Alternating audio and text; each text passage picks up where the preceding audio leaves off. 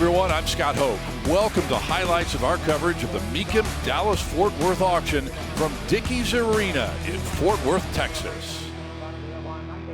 Look at this, 58 Impala at $180. Well, if you want a 58 Chevy Impala that's worth almost $200,000, make sure it looks like this. Of course, 58 was the first year for the Chevy Impala, and this has the engine that makes it more valuable, the 348 with tri-power, 280 horse, one repaint in this original coral color. With a Power Glide automatic, extras, yep, got the traffic light viewer. The reflector that shows you what that overhead traffic light is doing. Radio with a rear speaker, dual antennas, and yes, it is a $200,000 Impala. Wow. Okay, let's go back to 1970, shall we? An Olds 442 W30. Money, money, money, money, money. 1970, that was the high watermark for the W30, 370 factory-rated horsepower out of that big 455. And of course, we hasten to remind you that in 1970, General Motors put an end to that limitation on displacement in their downsized cars, and all the divisions went nuts. So this 455 is ready for the drags. This was a factory blueprinted engine. This one has got all the paperwork, all the documentation that goes along with it. Some people who know these cars have said, they have been quoted as saying, the finest original W30 that you will find. Well, that's enough to bring that guy up out of his chair. You know, the reserve came off at around 120, and it sold for 185. Yeah, I knew that'd be a hot item. Okay, to the 73 911S Coupe. Here it is, everyone. Oh, and be still my heart. There's one car at every auction, and this may very well be it for me here at Fort Worth. I mean, there's nothing I don't love about this car. The color, that exquisite interior with that blue tartan. You hardly ever see that, and of course, it's an S. It's a 73, which is, you know, probably the pinnacle year of this first generation of 911s. The last year with the long hood design. Yeah, just flawless. I mean, the only 73 that really is above this is the RS. Right. But as far as, you know, what you could walk into a dealership and buy, this is the pinnacle of Porsche for 1973. Oh, it is. Wow. Wow is right. Not unexpected. All right. And he's just picked up a really landmark Porsche 911 from 1973. Well done. 190, and that is our top-selling car so far today. Okay, Nova Supersport 1970 rolling our way, and we've talked about how rampant and widespread these were on high school and college parking lots all over the place in the late 70s and 80s, man. Well, the ones that had this power plant, those kids probably going to spend a couple of nights in jail. This has got the L78, 375 horsepower, 396 with a 4-speed M20 Muncie. Yeah, this was the king of the street. And you think the top is sanitary? Let me treat you to the underside of this Nova. Oh, okay. In 2 chapters. Look at that. Look at those floor pans, man. You could eat off of those. Suspension, exhaust system. See the third member. Every bell housing I ever had oil dripping off of it. Right? Now I'm looking at this one, and that is spotless. That's a work of art, Bill. It really is.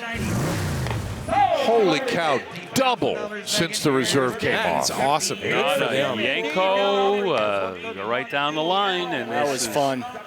This is big money. Okay, to the 66 Corvette Custom. Yeah, this one done by my friends at Weaver Customs out of Utah, and this is one of the most stellar Corvette customizations I've ever seen. If you're here at Mecum, get a chance to see this car up close because the materials that they used are unbelievable. That interior is the softest and most supple Italian leather I've ever felt. And yeah, Bill, I mean, you can go through the list of upgrades here. It is endless. Yeah, a lot of hand fabrication on this Corvette, and as you can see, the bidders understand that. We're into the $230,000 neighborhood. And that did not take long. GM Performance, 6.2 liter, 455 horsepower, crate engine, with a 4L70E automatic transmission. Aftermarket chassis from Roadster Shop with a C7 independent front and rear suspension. Willwood brakes hanging on all four corners. Camaro Gray is the name of the color. Definitely an aftermarket color. Silver Stinger. Dakota gauges, vintage air. Oh, on and on and on and on. He was thinking, hey, reserve is off. Well, Reserve is off. that's a little bit of a twist. So let's see what happens now, Bill. Is he the high bidder at 265? He Yes. must be. Yes, They he- offered him the Mecum rule. Yes, he is. That's correct. Go to 270. Anybody else? 265 pounds a dollar. 270. Last call that it is. So 265 pounds a dollar. 265. We'll buy that Corvette. That might be the deal of the day, even at 265. A Mecum success story. Yep. Okay, next, look at this. 1969 Nickey Camaro Stage 3. Oh, man, and they were among the first to do it, right, Bill? Those after dealership upgrade operations, Nickey Chevrolet from my hometown of Chicago. And what they did here was they stuffed that big 427 under there. And this is a Stage 3, so this is the up level of that. And what they did with that was put the big Offenheiser intake in there and the dual quads, Bill. Yeah, Nickey Chicago, right along with Motion Performance in New York. And you had Mr. Norm, of course, doing the Mopars. And it was just a Wild West show from coast to coast. Of course, Yanko, as we've talked about many times, taking factory cars and waving their magic wands and coming up with fabulous muscle cars like this. By the way, this car was judged 985 points out of 1,000 at the Nickey Winter Nationals back in 2012, and to get that kind of a score, that is so close to perfection. Guys, we're at $250,000. The reserve is off, and this Camaro is now the #1 seller of the entire auction. The way it's going, we're going to get to 300 grand pretty quickly. Wow. Yes, sir. Holy this cow, there we 410 are. Posi traction rear. What a car. All right, the guy on the phone is out. We're going to sell it at $300,000. Okay, next, 1970 Plymouth Superbird. We are still in that big paper o'clock, I guess, Bill, right? Yeah, we are going to see six figures almost before see that? Boom. Yeah. Limelight's the color. We love that color, one of those high-impact colors from Mopar back in 1970. This has got the V-code, 390 horse, 440 with the 3 two-barrel carburetors. Oh, the reserve is off. Folks, Sorry. could you wait Go till ahead. I'm done? Oh, boy. So much about this car to like. It's a 4-speed car, one of only 308 V-code Superbirds with a 4-speed. It's got the track pack, 354 gears, A833. That's the code on that 4-speed, that rugged 4-speed transmission with a Hurst pistol grip shifter. And, Chris, we talk about these cars a lot. That Limelight, just 1 year, 1970. I believe that is right, yeah, and so that's obviously, making it go up in value, the rarity, and it's all about that pistol grip 4-speed with these wing cars with the 440s. The Hemis are in a different category, of course, because it's the Hemi. Oh, sure. But with the 440, the difference maker is that pistol grip 4-speed. $330,000 rings the bell in Fort Worth. Okay, here we have the 2009 Mercedes-Benz SLR McLaren. 617 horsepower out of that 5.4-liter supercharged twin intercooled V8 engine. 5-speed automatic. See AMG branding all the way throughout this Mercedes-Benz. Tons of extras, options, comfort, convenience, performance. I think the thing that everyone is thinking is this color. how unusual is this color? Yeah, It's a factory color, and if so, how many of these were made? Because I've only seen them in silver and black. Yeah, I think, Bill, this was the Elfenbein Ivory, which was a paint color that was on the 65 300 SL. But this was a one-of-one paint to sample in the Roadster like this. It's really interesting, Bill, with that red interior and the red and black kind of almost looks like a perforated top. But what an interesting color combo. And when you take a car like this that's already pretty exclusive and you do that kind of paint on it, everybody that wants something that their rich buddy doesn't have is going to want to own this. So $355,000. $355,000. Number one for today. Gets you up close to 200 miles an hour, too. Okay, here comes that Z06 N03 1963 Corvette split window. Man, you put those two option coats together and you have said a mouthful. Keep your eye on the bidder board. 63 of these Corvettes, 1963, had that 36.5 gallon gasoline tank. We call them tankers. And of course, only 199 Z06s were built in 1963. It's got the fuel injected 327, 360 horse, which is all the fuelie cars came with. M20 wide ratio 4-speed, 411 posi, and the special performance equipment. Heavy-duty metallic power brakes with cooling fans and dual circuit master cylinder. These came with a special heavy-duty suspension in that package. Very rare. Cast aluminum Kelsey Hayes knockoff wheels, not factory installed.